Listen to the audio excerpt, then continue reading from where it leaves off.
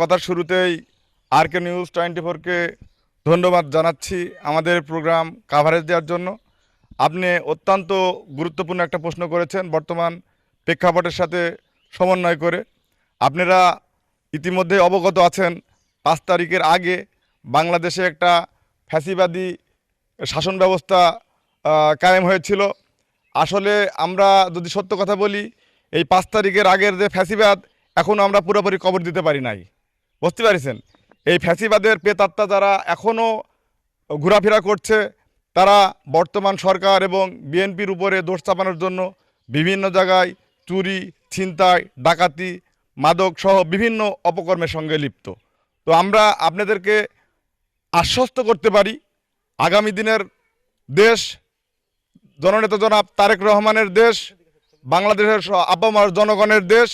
সেই দেশে যদি বিএনপি রাষ্ট্রীয় ক্ষমতায় অধিষ্ঠিত হয়,